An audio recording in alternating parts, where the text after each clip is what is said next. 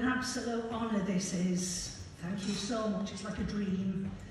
I know it's not a dream because I'm fully dressed. My teeth aren't falling out.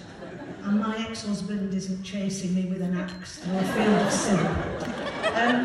But I'm sure I'm not the only one here who is pinching themselves, because inside me is still that little girl who wanted to see a book with a name on it. So much that it hurt. And now I have loads of them on my shelf, and I think, how the bloody hell did that happen? But really we know that any book success comes with hard work. It comes with determination to finish that book, even though you're 15,000 words in and you think it's the biggest pile of crap you've ever read. But you have faith in yourself that you can break through that barrier and you can produce something wonderful, and you do. It comes with having to overcome the prejudice that somehow authors of our genre write lesser books. People who dismiss our novels as irrelevant, though they've never read one. I was asked to go on a radio station a couple of years ago to be interviewed by an anchorman A-lister in this country. I shan't say who it was, but I'll just use the code name Sherlock. I so wanted to smash down some ill-held beliefs about romantic fiction, but I was no match for a host who had an agenda to inform his audience that we write the sorts of flimsy fluff that is made into films by the mass that come on just before Christmas on TV and always feature a lumberjack. It comes with having to learn on the spot because there is no handbook for this job, no set standards, no security, no guarantee that the more you work, the more you'll be rewarded. I'd have been lost had it not been for the generosity and guidance of a wonderful novelist called Sue Welfare and Carol Matthews, who not only helped me and supported me books-wise, but also taught me the essential difference between plant HRT and the stuff with horse wheat in it.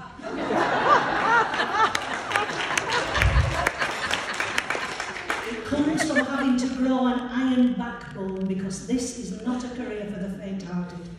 Having to weather someone ripping your book to shreds on Amazon because it's arrived in a torn envelope, or furious that she cannot award you no stars, and then she gives her wart remover the full fine.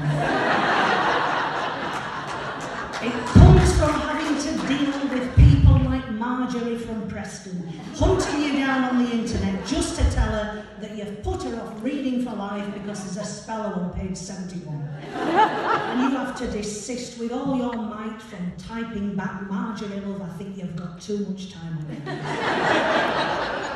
It comes from learning to value your own stock, which is a hard lesson because we give so much away. I'll never forget when I was first starting off and a little old lady from a readers group slipped me a £5 and she said, "You're a professional now, you've got to start charging." And she was right, because if we don't see ourselves as professionals, who will? I had an email a couple of years ago from a group of 8 ladies in Aberdeen who loved my books and wanted to extend an invitation to come and do a talk to them. They couldn't pay me anything, but they would give me an afternoon tea and I could bring a few books to sell. That was kind, I thought, but how can they value me enough to want me to go there but not enough to pay my train fare? And I thought there might be some mileage in an exchange visit. So I rang up a plumber in Aberdeen and I asked him if he could come down and bleed my radiators. I couldn't pay him, but I'd give him a sandwich upon arrival. And I'd get the neighbours around and he could sell a few pipes. I even threw in a recommendation on Facebook, and the bugger never replied. We have to learn to treat ourselves like the craftsmen we are, first and foremost, or nobody else will.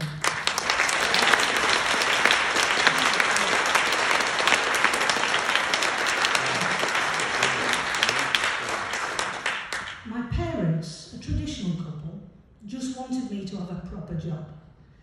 And by a proper job, I mean one where you get a steady wage, you get sick pay, holidays, a pension, subsidised Cathy. A bloke in a suit comes in once a year from head office to give you a lecture about investing in ISAs. You have morning huddles, people say things like blue sky thinking and getting all our ducks in a row. And when it's your birthday, you have to buy 43 cream cakes to distribute to people who have the desks next to you. So why do we do it? Why do we do this job that is unstable and mocked and play our game on a field that is as level as the north face of the Eiger? Because we can't not.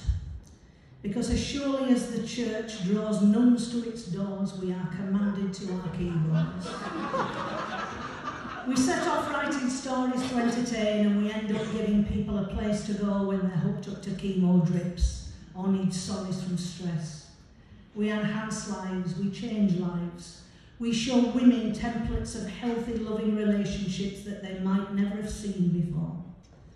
We give people hope that happy endings are not just restricted to fiction. And we know we do this because our readers write to tell us that we have. They walk in the skins of our characters. Our stories have helped them leave dysfunctional relationships, inspired them to start up businesses, find new jobs, find themselves, stretch the walls of their comfort zones. We might once have upset Marjorie from Preston with a typo, but we've also given Sheila from Dublin a guide to get out of an abusive relationship. We've shown Jenny from Cardiff that she should be looking at herself as a woman who has value. And we've given Susan from Glasgow the energy to make the small tweaks to her life that will lead to a wonderful renaissance. Even myself these past few weeks I've needed some respite from grief. And I've found it in the pages of words written by you, lovely lot. And it's given my head a place to escape to, put me on a path to healing. All this with our lesser books. And we sell these lesser books by the million, our sales are only up. The world is terrible and we are needed more than ever to be the aloe vera on precious, anxious souls. We are the glorious counterbalance to this climate of hate. There is plenty of space for other books beside the tragic and the challenging. There is nothing wrong with a happy, hopeful ending, nothing wrong with making someone laugh as they read your words, or a good old heartwarming love story. No one reduces Anna Karenina to chick lit, a light frothy beach read, just because there's a romantic element in it. How can our empowering, enriching and moving novels be lesser books? Well, they're not, are they? They're needed. So let no one try and make us feel embarrassed about them.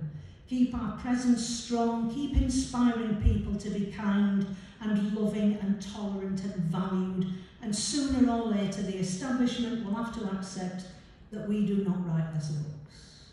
Sometimes you just have to dismantle the walls of prejudice and book snobbery one brick at a time, but we will get there eventually. Now, no man is an island, even if I do have an arse the size of Madagascar. I couldn't have built this career by myself. At home, I've got a bloke who is the C-3PO to my R2-D2. My wonderful agent, Lizzie Kramer, has my back all the way. Publisher-wise, I've been with Simon & Schuster since the beginning. They're like my family. I'm here with the walking fabulousness that is S.J. Virtue, Claire Day, Jess Barrett. Everyone from Ian Chapman down over the years has been an indispensable cog in my machine. And of course the wonderful Suzanne Babineau, my fairy godmother, who celebrates 40 years in publishing this very month. Woo!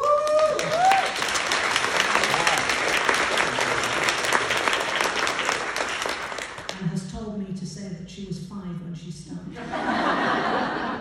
She gave my agent the immortal line, "I'd like to make an offer for this book about pregnancy and Yorkshire puddings and change my life." And thank you to the amazing Ed PR who aren't here tonight because they're up for awards themselves at another do, which is no surprise at all. The best thing I ever did was join the RNA. I should have done it so much earlier and benefited from the wisdom and the direction. And I think if I'd known how much booze they put away, it's brought me inspiration and joy and fun and some precious friendships. And this wonderful moment that my future self is now looking at as a treasured memory, which is a bit creepy really, isn't it? I've got so many writer friends in the RNA. You need them. You need people who understand this bonkers profession. None as close to me as the very talented and bloody brilliant Debbie Johnson, my sister from the window. And father, who, in her words, is my bitch for the night. I lost my dad just before Christmas.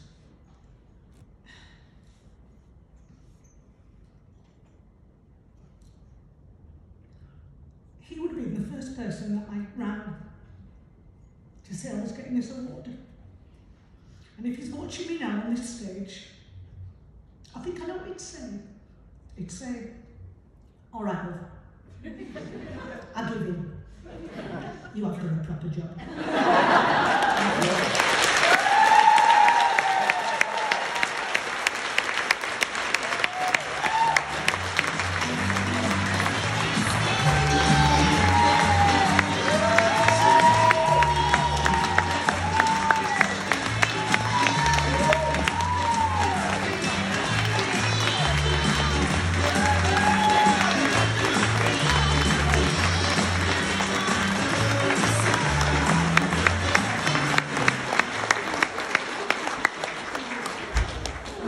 Johnson, everybody.